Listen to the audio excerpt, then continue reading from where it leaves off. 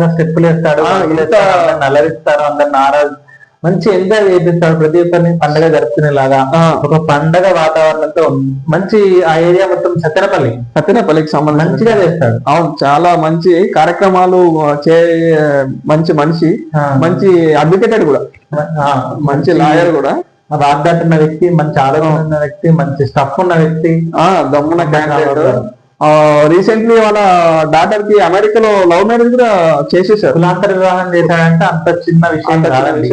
కులపిచ్చి ఉన్న ఆంధ్రప్రదేశ్ లో కులాంతర వివాహం చేసే ఒక రాష్ట్ర మంత్రి అంటే నాట్ జోక్. ఇది ఒకటి ప్లస్ ఇంకొకటి కూడా ఉన్నాడు, ఇంకొక ఎమ్మెల్యే గారు కూడా ఉన్నారు, రాచమల్లు గారు కూడా కులాంతర వివాహం చేసి ఒక హిస్టరీని క్రియేట్ చేశారు. అవునవును. జగన్మోహన్ రెడ్డి గారికి వెళ్ళినప్పుడు మా పాప ఇట్లా ఒక వేరే కులాబ్ అబ్బాయిని, బీసీ సమాజానికి చెందిన బీసీ సామాజిక వర్గానికి చెందిన ఒక అబ్బాయిని లవ్ చేస్తుంది, ఏం చేయమంటావు అన్నప్పుడు మంచిగా ఇచ్చి పెళ్లి చేయి, లేదంటే నెక్స్ట్ టైం నీకు సీట్ ఇవ్వ అని చెప్పిండు. అవునవును.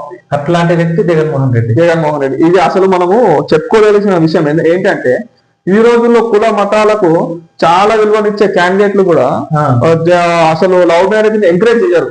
లవ్ మ్యారేజ్ అని కాదు, కులాంతర వివాహాలని అంటే కులపిచ్చి ఉండడం అనేది చాలా తప్పు.